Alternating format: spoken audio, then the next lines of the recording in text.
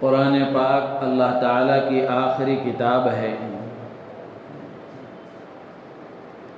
اور اللہ تعالیٰ کا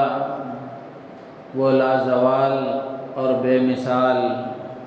زندہ جاوید کلام ہے اور قیامت تک کے لیے ہے۔ اس میں جتنے مضامین بیان کیے گئے ہیں، چاہے ان کا تعلق ایمانیات سے ہو یا انبیاء کرام علیہم الصلاۃ کے واقعات ہوں یا پچھلی قوموں کے واقعات ہوں، فرما برداروں کے قصے ہوں، نافرمانوں کے حالات ہوں، یہ سب قیامت تک کے لیے نشان راہ ہیں، رہبر ہیں، رہنما ہیں۔ اور اللہ تعالیٰ نے انسانوں کی ہدایت کے لیے، انسانوں کو سیدھی راہ بتانے کے لیے، اللہ کا تعارف کرانے کے لیے اور اللہ کی منشا کو سمجھانے کے لیے 1,00,000 سے اوپر حضرات انبیاء کرام علیہم السلام کو اللہ نے دنیا میں بھیجا۔ ان میں سے چند پیغمبروں کا ذکر اللہ نے قرآن میں فرمایا ہے،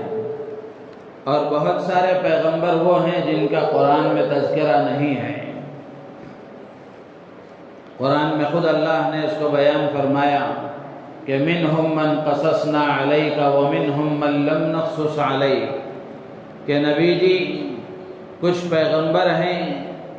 جن کا تذکرہ ہم نے آپ کے سامنے بیان کر دیا ہے، جن کے قصے ہم نے آپ کو بتائے ہیں۔ بہت سارے پیغمبر وہ ہیں جن کے قصے ہم نے آپ کو نہیں بتائے، جن کا تذکرہ ہم نے نہیں کیا ہے۔ تو چند پیغمبروں کا ذکر اللہ تعالیٰ نے قرآن پاک میں فرمایا ہے، اور ان میں بھی چند ہی پیغمبر، بعض ہی پیغمبر ایسے ہیں جن کا ذکر تفصیل کے ساتھ اللہ نے قرآن میں فرمایا ہے، جن کے حالات کو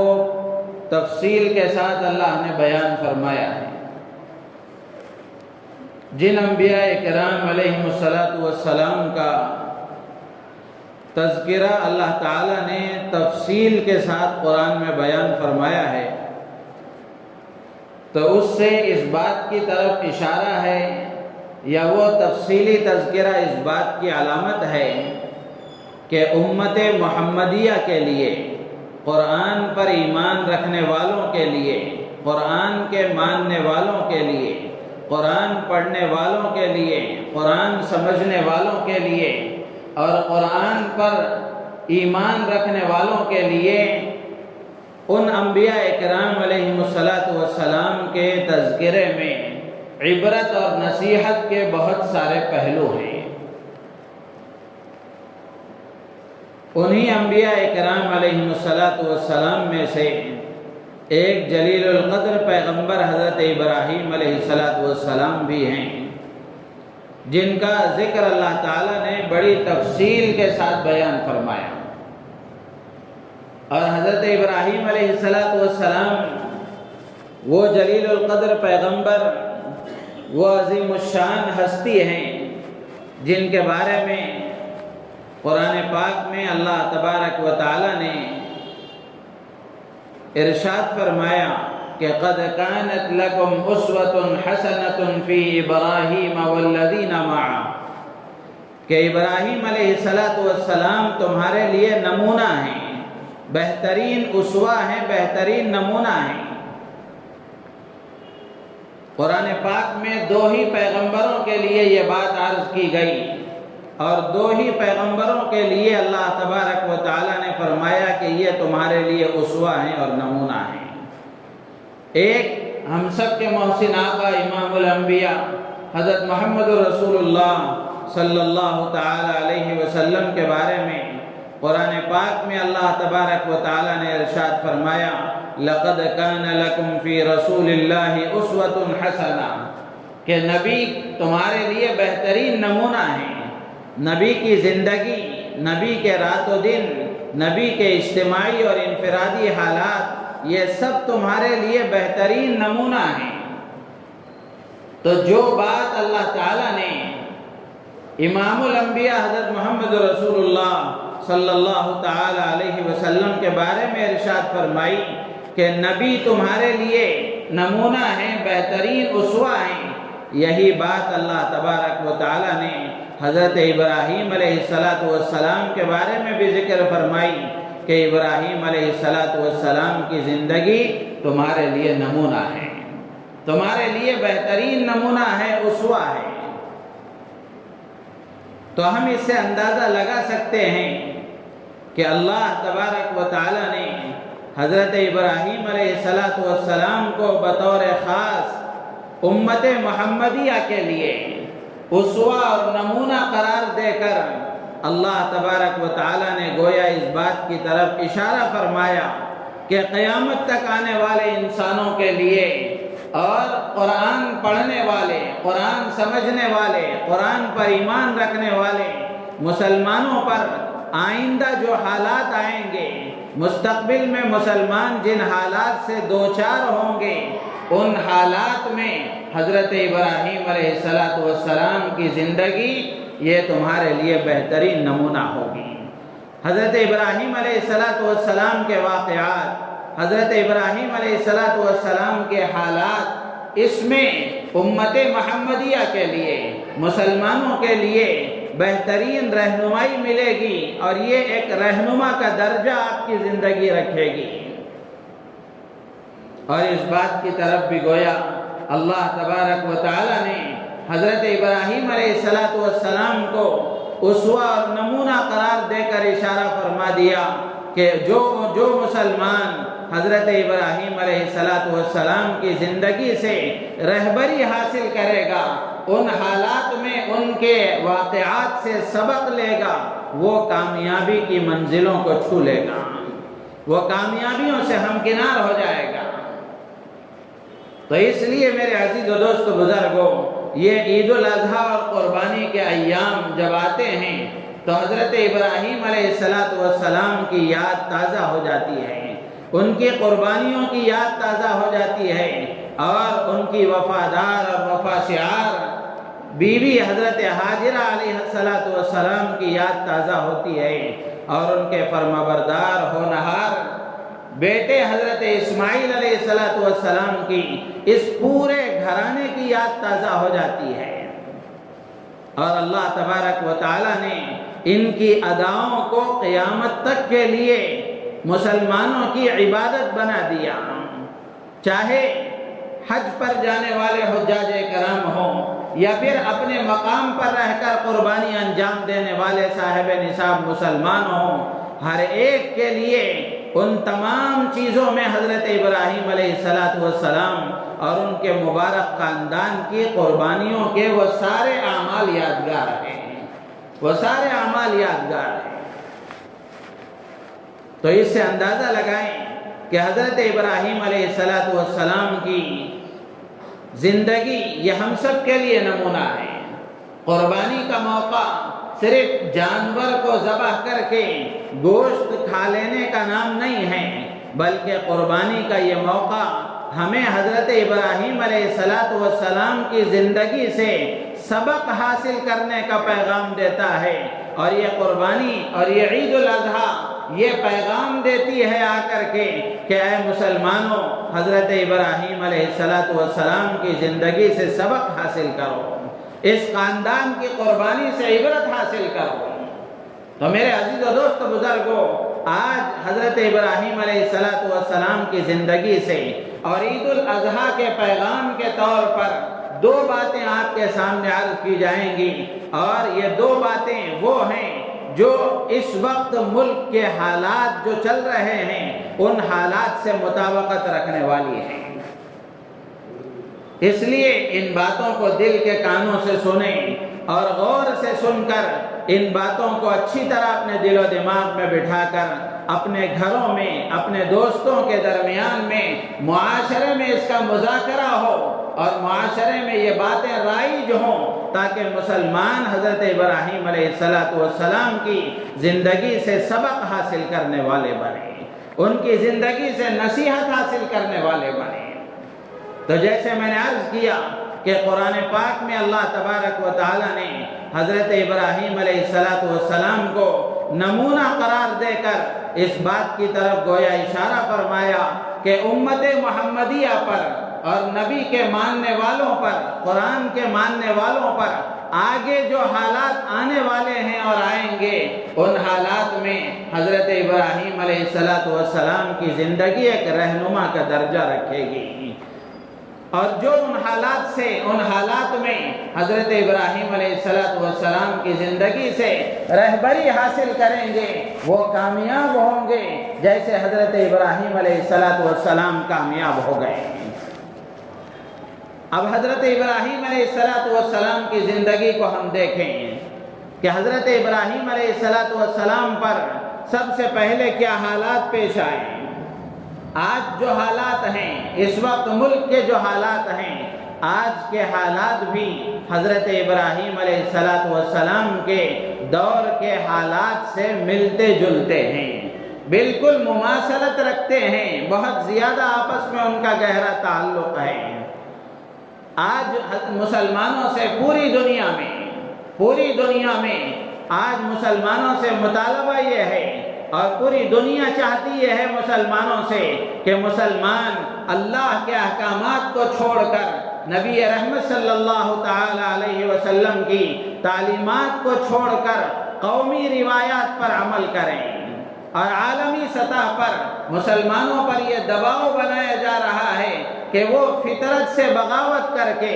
اسلامی تہذیب کو چھوڑ کر مغربی تہذیب کو اختیار کر لیں، جو فطرت کے خلاف ہے اور شرم و حیا کے خلاف ہے اور انسانی فطرت کے خلاف ہے۔ اس مغربی تہذیب کو اختیار کرنے پر عالمی سطح پر دباؤ بنایا جا رہا ہے، اور آج ہمارے ملک کی بات اگر کی جائے تو آج ہمارے ملک میں مسلمانوں کو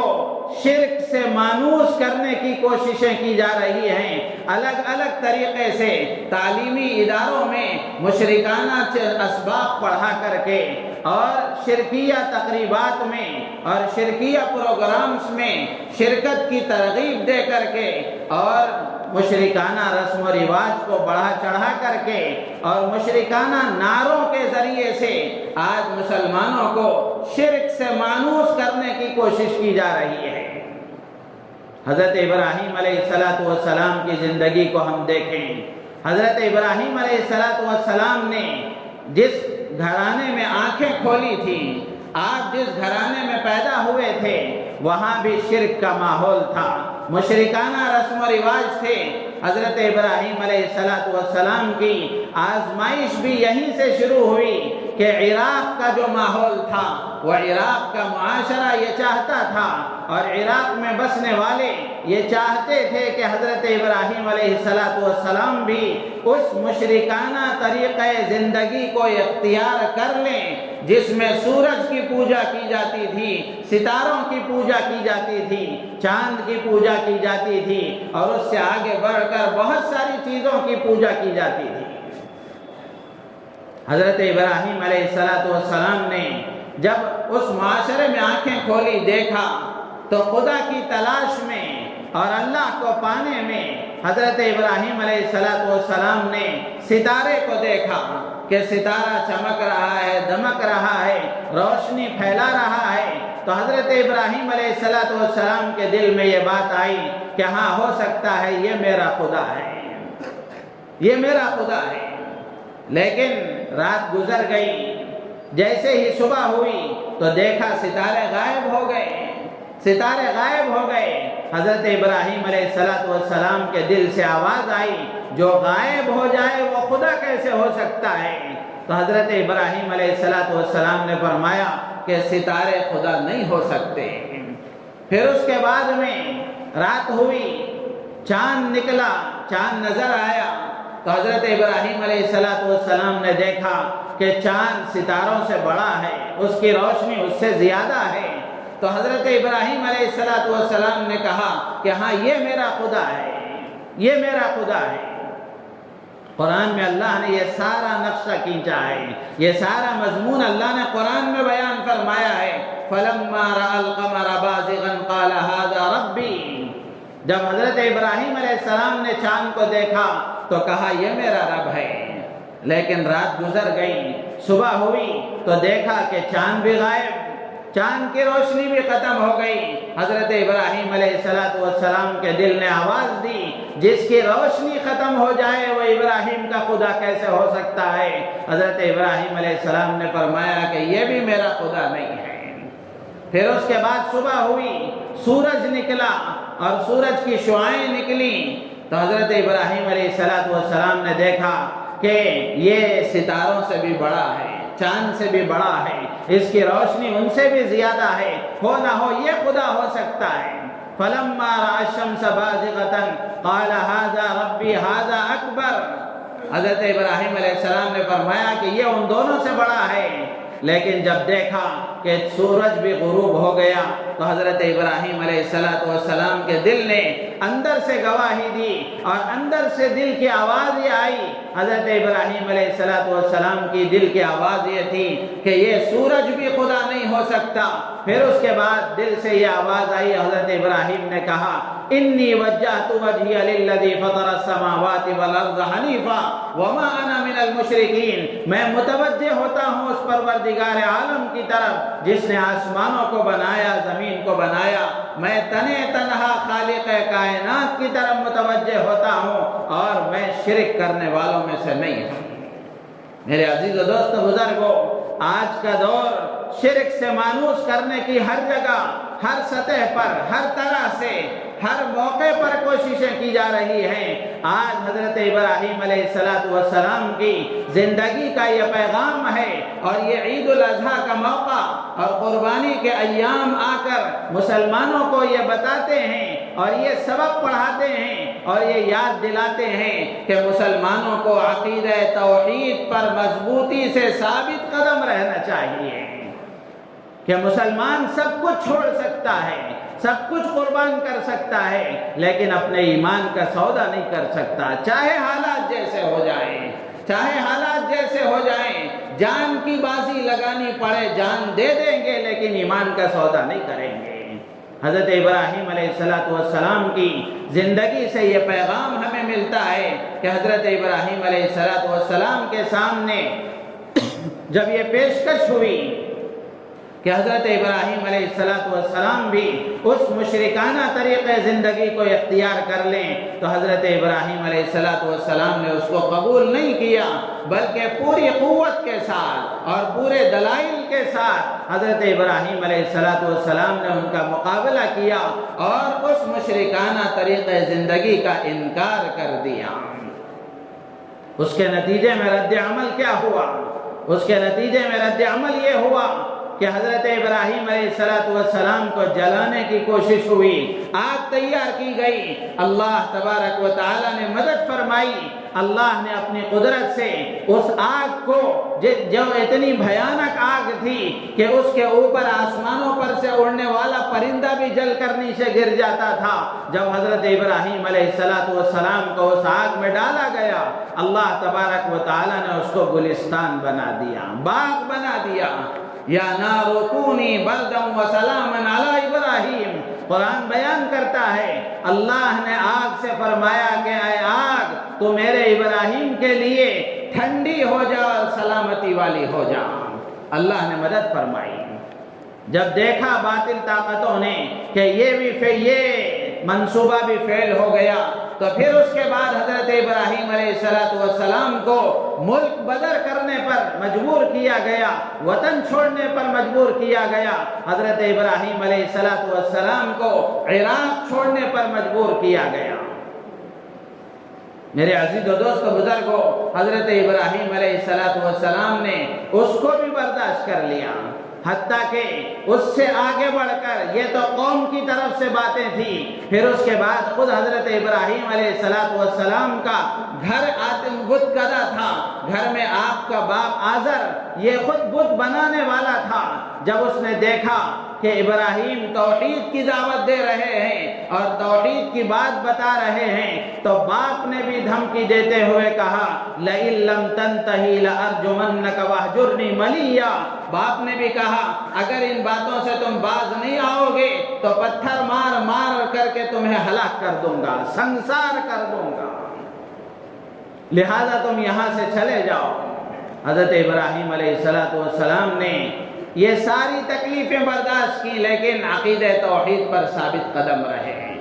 آج بھی میرے عزیز و دوست بزرگوں، آج بھی ساری دنیا میں ہم دیکھ لیں مسلمانوں کو در در کی ٹھوکریں کھانے پر مجبور کیا جا رہا ہے، اور عقیدہ توحید سے ہٹانے کی، اسلام سے پھیرنے کی، اسلامی تہذیب کو اس سے دور کرنے کی، دین بیزاری پیدا کرنے کی ہر طرح سے کوششیں کی جا رہی ہیں۔ یہ عید قربان، عید الاضحیٰ اور یہ قربانی کے ایام یہ آ کر مسلمانوں کو یہ پیغام دیتے ہیں کہ مسلمانوں عقیدہ توحید پر قائم رہو،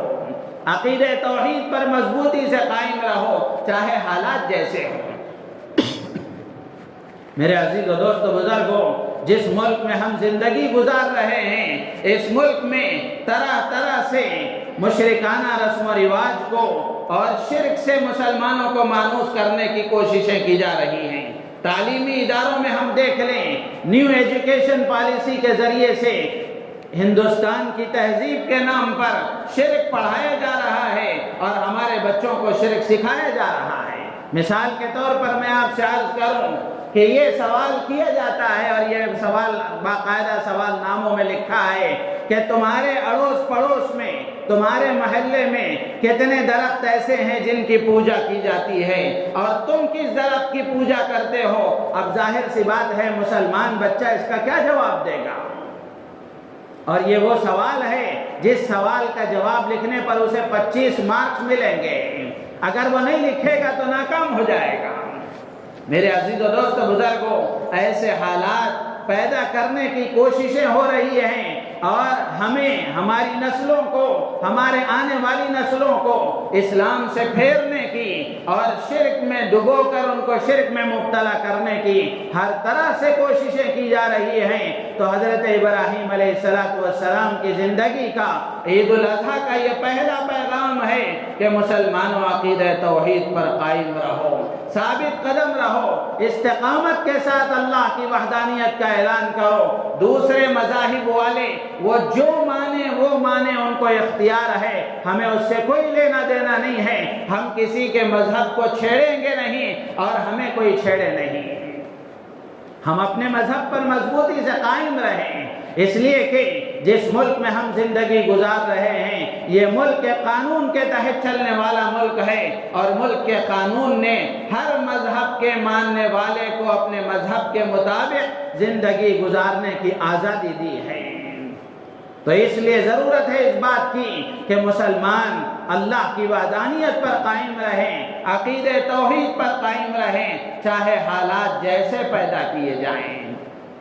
تو اس لیے یہ پہلا پیغام ہے عید الاضحیٰ کا، اور یہ پہلا پیغام ہے حضرت ابراہیم علیہ السلام کی زندگی کا کہ ہمیں اس بات کی کوشش کرنی چاہیے اور اس بات کی فکر کرنی چاہیے کہ ایسے ماحول میں جس میں شرک کو گھول گھول کر پلایا جا رہا ہو، ایسے ماحول میں ہم اپنے آپ کی کیسے حفاظت کریں، اپنے بچوں کی کیسے حفاظت کریں، اور کیسے ہم عقیدہ توحید پر قائم رہیں، اور کیسے ہمارا ایمان محفوظ رہے، کیسے ہم مسلمان بن کر زندگی گزاریں اور مسلمان بن کر خدا کی بارگاہ میں حاضر ہوں، اس کی ہر مسلمان مرد و عورت کو فکر کرنی چاہیے۔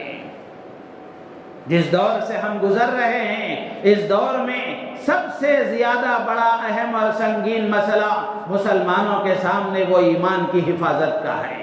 وہ ایمان کی حفاظت کا ہے۔ ہر مسلمان مرد کو، ہر مسلمان عورت کو روزانہ بار بار اس بات پر غور و فکر کرنے کی ضرورت ہے، روزانہ احتساب کرنے کی ضرورت ہے کہ کس طرح میرا ایمان بچے، کس طرح میری بیوی کا ایمان بچے، کس طرح میرے گھرانے کا ایمان بچے، کس طرح میرے بچوں کا ایمان بچے، اور کس طرح ہماری آنے والی نسلیں ارتداد سے بچ جائیں۔ اس کے لیے ہم کیا کر سکتے ہیں، یہ فکر کرنے کی ہم سب کو ضرورت ہے۔ میرے عزیز و دوست و بزرگوں، یہ وہ فکر ہے جو حضرت ابراہیم علیہ السلام نے کی تھی۔ قرآن میں حضرت ابراہیم علیہ السلام کی دعائیں منقول ہیں، دعائیں منقول ہیں۔ ایک دعا اللہ تبارک و تعالی سے حضرت ابراہیم علیہ السلام یہ فرماتے ہیں کہ اے پروردگار، میری اور میری اولاد کی، میری ماننے والوں کی بت کی پوجا کرنے سے ہماری حفاظت فرما لے۔ حضرت ابراہیم علیہ السلام دعا فرما رہے ہیں کہ اے پروردگار، وَجْنُبْنِي وَبَنِيَّ أَن نَّعْبُدَ الْأَصْنَامَ، قرآن میں ہے 13ویں پارے میں اللہ تعالیٰ فرماتے ہیں کہ وَجْنُبْنِي وَبَنِيَّ أَن نَّعْبُدَ الْأَصْنَامَ، کہ اے پروردگار، میری اور میری اولاد کی مورتی پوجا سے ہماری حفاظت فرما۔ میرے عزیز و دوست بزرگوں، حضرت ابراہیم علیہ السلام کو فکر ہے، حضرت ابراہیم علیہ السلام کو اپنی اور اپنی اولاد کی فکر ہے، لیکن آج کے مسلمان کو اپنے ایمان کی کوئی فکر نہیں ہے، کوئی فکر نہیں ہے۔ مسلمان مست ہیں، کھا رہے ہیں، پی رہے ہیں، عیش میں ہیں اور موج و مستی میں زندگی گزار رہے ہیں۔ حالات اتنے سنگین ہوتے جا رہے ہیں کہ غیر شعوری طور پر ایمان کو ہمارے اندر سے نکالنے کی کوششیں منصوبہ بند طریقے سے ہو رہی ہیں، لیکن مسلمان غافل ہے، مسلمان غافل ہے۔ میرے عزیز و دوست و بزرگوں، کھانا کھانے سے زیادہ، پانی پینے سے زیادہ، کپڑے پہننے سے زیادہ، رات کو سونے سے زیادہ، اپنے سارے آرام و راحت سے زیادہ ہر مسلمان کو اس بات کی فکر کرنے کی ضرورت ہے، ہر مسلمان مرد و عورت کو اس بات کی فکر کرنے کی ضرورت ہے کہ میرے ایمان کی حفاظت کیسے ہو، میرے بچوں کے ایمان کی حفاظت کیسے ہو، اس لیے کہ ایمان ہی وہ سرمایہ ہے جس کی بنیاد پر اللہ نے ہمیں دنیا میں عزت دی ہے، اور اسی کی بنیاد پر اللہ تعالیٰ آخرت میں کامیاب فرمائیں گے۔ تو اس لیے حضرت ابراہیم علیہ السلام کی زندگی کا یہ پہلا پیغام ہے جو ہم میں سے ہر ایک کو اپنے پیش نظر رکھ کر زندگی گزارنا چاہیے۔ دوسرا پیغام اللہ توفیق دے اگلی جمعہ عرض کیا جائے گا کہ ہم اس بات کی کوشش کریں کہ عقیدہ توحید پر مضبوطی سے قائم رہیں اور اپنے ایمان کی فکر کریں، اپنے بچوں کے ایمان کی فکر کریں، اپنی آنے والی نسلوں کے ایمان کی فکر کریں، اپنے گھر کا ماحول دینی بنائیں، خود بھی دیندار بنیں، عورتیں بھی دیندار بنیں، اپنے بچوں کو دین کا ماحول دیں تاکہ آنے والی نسلیں ہماری دیندار بنیں۔ اللہ تعالیٰ سے دعا ہے اللہ تعالیٰ ہم سب کو ان باتوں پر عمل کی توفیق عطا فرمائے، ہماری نیتوں میں اخلاص پیدا فرمائے۔ آمین۔ وآخر دعوانا الحمدللہ۔